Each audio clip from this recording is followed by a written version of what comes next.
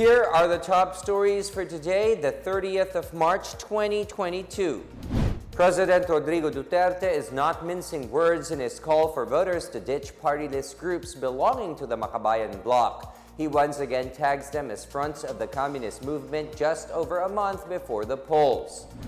The chief executive wants human rights groups to see for themselves the severity of the country's drug problem.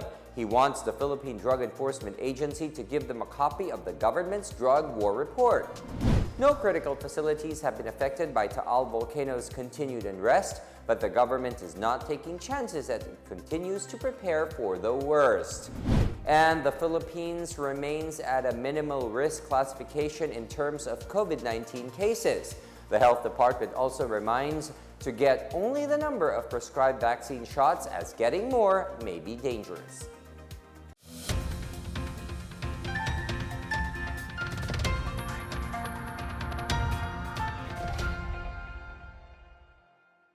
Good day, I am William Theo. Welcome to the PNA Newsroom. We begin with the strong words from President Rodrigo Duterte as he named at least 5 party list groups belonging to the Makabayan bloc that are linked to the communist movement. In his talk to the people last night, the president backed the claim of Communications Undersecretary Lorraine Badoy that the party list groups Kabataan, Alliance of Concerned Teachers, Bayan Muna, Anak Pawis, and Gabriela serve as legal fronts of the Communist Party of the Philippines. Duterte said these party list groups are earning billions of pesos through their extortion scheme and are using public funds to support the rebels. Apart from the communists, he also said that the groups are also being controlled by the rich. Badoy, who is also a spokesperson of the National Task Force to End Local Communist Armed Conflict, coined the term Kabag as an acronym for these party list groups that are allegedly conniving with the CPP. Kabataan, Anak Pawis, Bayan Muna, Alyansa of Concerned Teachers Act, and Gabriela. Para hindi ninyo makalimutan, kabag ng tiyan. I am sorry to say, marami akong kaibigan dyan. Respetado ko yung pagkatao nila, but alam nila na alam ko na ang sinusuportahan nila through itong backdoor, itong alliance nila sa gobyerno, napasok yung mga left, pati sa labas, sa abroad, in the international bodies na infiltrate din nila. PCOO Undersecretary and NTF-LCAC spokesperson Lorraine Badoy says the filing of the charges against her comes straight from the Central Committee of the terrorist organization. Badoy identified the urban operatives as Roberto De Castro, Satur Ocampo, Sara Elago, Teddy Casino, Arlene Brosas, Franz Castro, and Ariel Casilao. These lawmakers and nominees of the Makabayan bloc filed complaints at the Commission on Election, or COMELEC, against Badoy and other NTF-LCAC officials for allegedly engaging in partisan politics and for red-tagging them. Badoy said the charges will eventually end up in the trash bin as the communists have no cases to begin with against the NTF-LCAC officials. She also said that the NTF-LCAC stands firm in unstinting in fulfilling its obligations to the Filipino people of defending and protecting the people from these deceitful communist terrorists. Malacanang dismissed the report of London-based human rights watchdog Amnesty International, or AI, on the supposed unlawful killings and human rights violations in the country. In its report for 2020 to 2021, AI claimed that extrajudicial executions and other human rights violations persist in the Philippines under the guise of Duterte's anti-narcotics drive. It also said that human rights defenders, political activists, and politicians were subjected to unlawful killings, arbitrary arrest and detention, and harassment, citing the cases of journalist Maria Ressa and Senator Laila de Lima. Acting Presidential Spokesperson and Communications Secretary Martin Andanar said the report is false and rehashed. He said Malacanang considers this as simply a cut-and-paste collection of recycled issues and arguments used by perennial distractors and critics of the Duterte administration. He said AI once again failed to verify its latest report. Andanar urges AI to hold talks with Presidential Human Rights Committee Secretariat to make sure that the pressing issues in the country are properly discussed and resolved. President Rodrigo Duterte urges drug war critics to study the report of the Philippine Drug Enforcement Agency or PDEA on the government's anti-narcotics campaign. In a tape, Talk to the People, aired Tuesday night, Duterte directed PDEA to furnish human rights groups with a copy of the report for them to be enlightened on the gravity of the country's drug problem. Itong batikos na batikos sa gobyerno, I suggest that yung lahat, o pati PDEA, if you are listening now, magbigay kayo ng isang report lang siguro PDEA, lahat ng datos na ibigay ng mga different law enforcement agency at ibigay sa human rights. Duterte's order came after Interior Secretary Eduardo Año reported that over 453 million pesos worth of illegal drugs were seized from March 20 to 26 alone. Año also said about 1,627 drug personalities have been arrested during the anti-drug operations conducted last week. The president said the drug menace remains a problem even though law enforcement agencies are working double time to address it. Tapos ibigay ninyo ang kopya ng ilang tonoladang shabu araw-araw na dumadagsa sa Pilipinas. And let them ponder on the number of Filipino younger generation, itong mga ecstasy, yung mga tawag nila na mga cocktail, para nila kung gaano talaga kabigat. Data posted on Real Numbers PH Facebook page shows that as of February 28, a total of 24,379 villages nationwide have been cleared of illegal drugs. Only 11,060 villages have yet to be cleared of these illegal drugs, while 6,606 others remain drug-free. A total of 1,057 drug dens and 18 clandestine shabu laboratories have been dismantled, while various types of illegal drugs worth 76.01 billion pesos have been seized. About 331,594 drug personalities have been arrested, while 6,235 others have died during the anti-drug operations. The Metropolitan Manila Development Authority, or MMDA, is sparing no effort to resolve traffic congestion in major roads. This comes amid increased mobility and the reopening of more industries due to eased COVID-19 curbs. During President Rodrigo Duterte's Talk to the People Tuesday night, MMDA Chair Romando Artes says several proposals were tackled during the agency's recently concluded traffic summit joined by various stakeholders. These include the expansion of number coding scheme where vehicles may be covered twice a week depending on their plate numbers. Daylight savings time is another option where the Civil Service Commission will be consulted on the proposed 7 a.m. to 4 p.m. work schedule for government offices. Another option are a 4-day work week and a 4-day on-site work and 1-day work from home scheme. The MMDA also looks at boosting its no-contact apprehension policy through the use of more CCTV cameras in major roads, as well as putting up more bike lanes and walkways for pedestrians. No critical facilities have so far been affected by Taal volcano's continuing activity.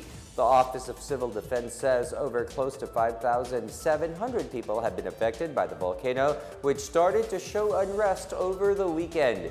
In a televised briefing, OCD Assistant Secretary Bernardo Alejandro IV says they are keeping a close watch on 5 high-risk barangays in Batangas. He says the province's Disaster Management Office has taken preemptive actions to attend to the needs of affected residents, including distribution of food packs, face masks, and hygiene kits.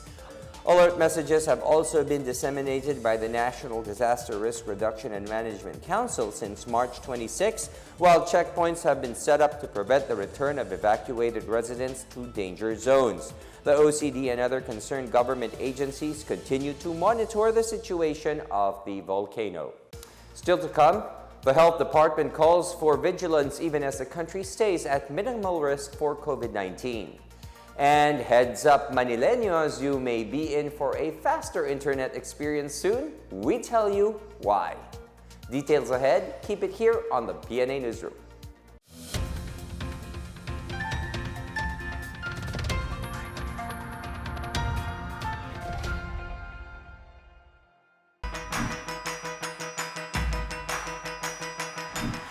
Hi everyone, James Deacon here. The COVID-19 vaccines are finally here, and the government wants to make sure the vaccines reach us. So let's do our part by making sure that we get registered to be included in the vaccination list of our LGU. You can register right in the comfort and safety of your own homes through your LGU's online registration platform. And you can also register on-site in the vaccination venues or through your barangay. Remember, getting vaccinated is the first step towards ending this pandemic. So let's do our part as disciplined citizens. Bida ang may disiplina.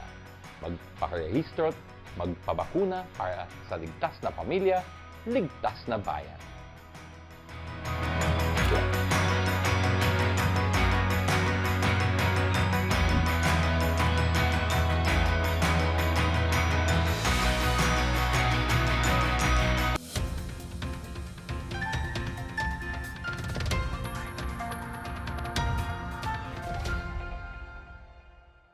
The Philippines' COVID-19 situation remains in good standing, but the Health Department warns against complacency, citing more surges in neighboring ASEAN countries. Speaking to President Rodrigo Duterte Tuesday night, Health Secretary Francisco Duque III says the Philippines' case classification stays at minimal risk, while healthcare utilization rates are at low risk. From March 23 to 29, the country has recorded over 2,600 cases, much lower from the previous week's over 3,300 cases. The cumulative case fatality rate also remains low at 1.61%, recovery rate at 97.3%. Positivity rate also decreased to 2% from 2.5% based on a 7-day moving average. Duque adds the Philippines is also among countries that have a low number of daily cases per million population at 3.45, next to China's 1.3, as he stressed the need to strictly observe health protocols and boost vaccination. Getting more than the advised number of COVID-19 vaccine doses is dangerous. This following reports that some people have received 4 to 6 doses of the COVID-19 vaccine. Health Undersecretary Maria Rosario Berjere said the Department of Health is closely monitoring the individuals who got excess jabs. She said the vaccines are only in phase 3 clinical trials and their long-term effects are to be monitored. Berjere meanwhile stressed the importance of getting the booster shots to ensure another layer of protection against COVID-19.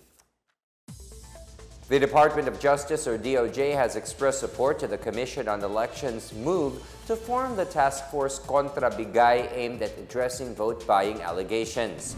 Justice Secretary Menardo Guevara said he plans to create a composite team for the COMELEC's interagency task force. Considering the importance of the forthcoming elections, Guevara said he will direct the DOJ contingent to give the highest priority to this campaign in the next 40 days.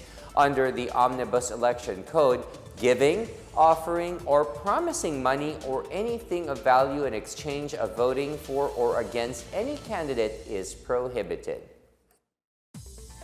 Police forces have been ordered to monitor and tighten security in parts of the Cordillera region that have a long history of election-related violence. More on this and other news from different provinces from Stephanie Sevillano. The Police Regional Office Cordillera is keeping a close watch on the provinces of Abra, Kalinga, and Apayao ahead of the May elections, as these areas have a history of political violence. Among these areas, 7 towns in Kalinga have been classified under the red category due to their historical experience and intense political rivalry. Abra's capital town, Bangued, and the municipality of Lagayan are under yellow category. The Procur said it is also eyeing 2 towns in Apayao and 2 others in Mountain Province. Procur recommended continued conflict mediation and diffusion and to engage political candidates in talks to control the possible brewing of problems. In Zamboanga City, Mayor Maria Isabel Climaco Salazar instructed the police and military to provide equal security to all candidates who hold campaign sorties in the city. Proper coordination should be made with the city administrator's office and the respective focal persons of the police and task force Zamboanga. So far, the tandem of Vice President Lenny Robredo and Senator Francis Pangilinan, as well as the unit team of Bongbong Marcos Jr. and Davao City Mayor Sara Duterte held their campaign in the city. Meanwhile, 30 candidates in Samar signed an integrity pledge on Tuesday expressing their commitment to attaining secured, accurate, free, and fair elections this year. Key officials witnessed the signing at the Philippine Army's 8th Infantry Division headquarters in Catbalogan City. Specifically, local politicians committed not to resort to vote buying, violence, misinformation, and cyber attacks. They also pledged to follow minimum public health standards during rallies. The national government initiated the signing of the Integrity Pledge due to the history of violence every poll season in Samar Province. For the PNA Newsroom, I am Stephanie Savillano. The city of Manila might be the first in the Philippines and in Southeast Asia to experience reliable high-speed internet courtesy of Elon Musk's SpaceX Starlink satellite. Manila Mayor and Presidential Bet Francisco Isko Moreno Domagoso had a meeting with SpaceX Senior Manager Rebecca Hunter and SpaceX Partner Representative Raymond Garcia at the Manila City Hall on Tuesday. Domagoso said Manila intends to buy Starlink service for the city's public schools, the Pamantasan ng Lungsod ng Maynila, and the Universidad de Manila. Its 7 district hospitals, police stations, and the Manila City Hall and its satellite offices. The national government has also scheduled a meeting with SpaceX representatives in the hope of making the Philippines the first country in the ASEAN region to avail of Starlink. The Philippine Economic Zone Authority, or PEZA, plans to propose a hybrid work-from-home arrangement, especially for the information technology and business process outsourcing industry, or BPOs, to the next administration. PEZA Director General Charito Plaza urged IT BPO companies operating in PEZA-registered IT parks and economic zones to return to their offices on the 1st of April. This was ordered by the Fiscal Incentives Review Board for them not to lose their fiscal incentives. Plaza explained that these firms are subject to the PEZA law and the Corporate Recovery and Tax Incentives for Enterprises law, which mandates that export activity should be done within eco-zones to continue enjoying tax perks from the government. Plaza, however, said PEZA supports the hybrid work arrangement as it has been proven to be effective in the past years amid the pandemic.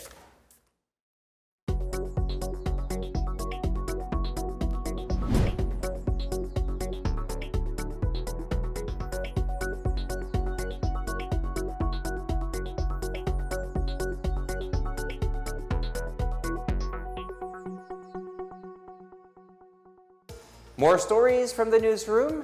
Parents groups raised the alarm over the communist movement's call for intensified recruitment of young people. And a blooming achievement for Baguio City as it touts the recently concluded Panagbenga Festival as a success. Back after a quick break, stay with the PNA Newsroom.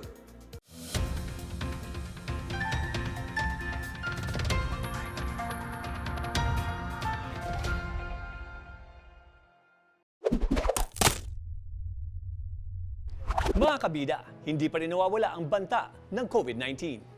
Upang masiguro ang kaligtasan ninyo at ng inyong pamilya, hanapin ang Safety Seal sticker sa inyong pupuntahan. Mapamall man ito, kainan, pasyalan o kahit anong business establishment. Ang safety seal ay tanda ng isang establishmento ay sumusunod sa minimum public health standards ng gobyerno para maiwasan ang pagkalat ng COVID-19. Ating tandaan, bida ang may disiplina.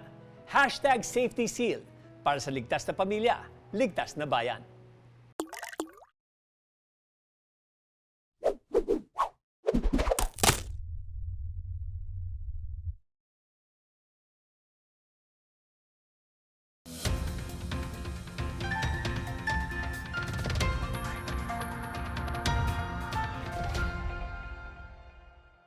A parents group has raised alarm on the call for intensified recruitment, particularly among the youth, by the New People's Army during its 53rd founding anniversary on Tuesday. League of Parents of the Philippines Chair Remy Rosario said there is nothing to celebrate in another attempt to destroy Filipino lives, particularly those of the youth. Rosario said the day should only remind Filipinos that many children's lives had been sacrificed by the communists' worthless ideologies. Members of the anti-communist groups LPP, Liga Independencia Pilipinas, and Yakap ng Mga Magulang condemned the atrocities perpetrated by the CPP, NPA, NDF, as well as its illegal recruitment of youth to join the armed struggle. The anti-communist groups have cautioned their fellow parents to beware of the mass recruitment schemes of the CPP, NPA, NDF, especially those engaging minors to join in the armed revolution. The city government of Baguio has deemed this year's Panagbenga or Flower Festival as a success despite the ongoing pandemic. The Panagbenga Festival culminated over the weekend with around 45,000 tourists from March 25 to 27. The festival opened on March 6 and ended on the 27th. Mayor Benjamin Magalong estimated up to 22,000 visitors arrived every day since the 25th of March. He said the city's business climate improved, especially with the Session Road in Bloom event, where Session Road was closed down to become a marketplace of local goods. The mayor said that despite the cancellation of major crowd-drawing events like the Grand Street Dancing and the Flower Float parades, the weekend arrival showed the tourists' desire to be a part of the annual festival. With the end of the COVID-19 pandemic finally in sight, he said the 2023 Panagbenga is expected to be even bigger. Meanwhile, in celebration of Women's Month, the Bangsamoro Women's Commission honored 6 advocates from various sectors for their role in uplifting the welfare of Moro women. The awardees are Dr. Ana Zanaida Unte Alonto, Hadja Nabiha Noni Lau, Professor Dalomabi Bula, Dr. Shahera Lukman, Naira Mindalano Tambir, and Shri Tahani Makaumbao. These women leaders were recognized for advocating education, gender and development, and the care for internally displaced persons, children, youth, and the environment. They received 20,000 pesos and a plaque of honor during the Search for Bangsamoro Advocates 2022 awarding ceremony held in Cotabato City on Monday. Task Force Bangon Marawi launched a Kawiyagan Trade Fair catering to women's needs in celebration of National Women's Month. Claire Gige has the story. As the world celebrates Women's Month this March, Task Force Bangon Marawi or TFBM through its Subcommittee on Business and Livelihood lined up various services to honor women. Free services such as manicure, pedicure, haircut, blood pressure check and blood sugar check among others were specially offered to women from March 27 to 29 this year. This is in celebration of the month of March for the Women's Month. So ngayon po, ang kawiyagan natin ay nakafocus tayo sa mga kababaihan, pati yung mga nagbebenta. Those who are selling unidentified as informal sector, we're invited this time. Ang kawiyagan kasi before ay nakafocus tayo doon sa intervention na binibigay ng national government agencies and development partners. Anchored ng the theme Siyap Ko Mga Bae, Siyap Ko Pagtao, the kawiyagan featured civil registration, tribal registration, and business name registration, with the trade fair featuring micro, small and medium enterprises, social enterprises of youth organizations, and traders. And there was also a job fair for senior high school completers. Pinakamalaki po ang naitulong nito, no? Because yung mga batang hindi pa nakatungtong sa kolehiyo or yung mga batang wala pa pong nahanap na trabaho, they are given a chance to have their own job. The three-day kawiyagan then culminated with the awarding of livelihood assistance to respective beneficiaries of sponsors. The last kawiyagan was held in January this year and created opportunities for residents and youth organizations to have a sustainable source of livelihood. A Maranao term for livelihood, kawiyagan, is a regular activity spearheaded by the TFBM through the city government of Marawi and development organizations, which all aim to provide much-needed humanitarian and livelihood assistance to those affected by the 2017 siege. For PNA Newsroom, Claire Gigha of the Philippine Information Agency Lanao del Sur.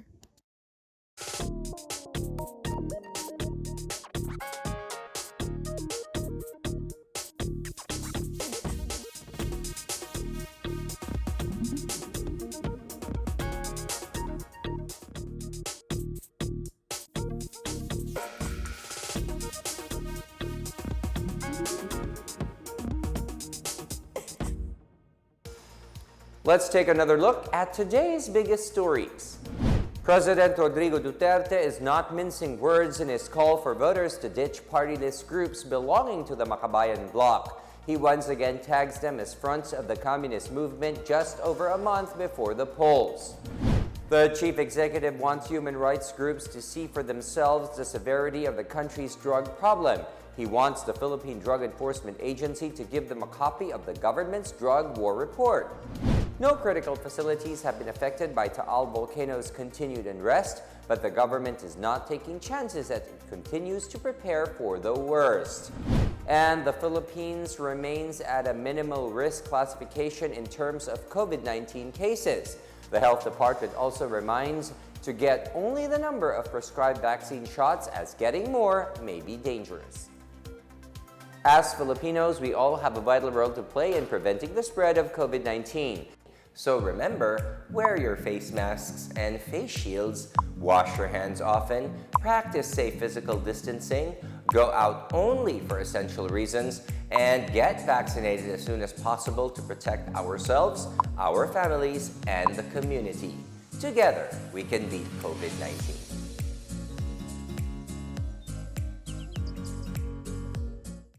Thank you for watching another episode of the PNA Newsroom. For more news content, check our webpage or log on to the Philippine News Agency's Facebook and Twitter accounts. For more stories about the government and how it serves Filipinos, look for these hashtags in all of our social media platforms and websites.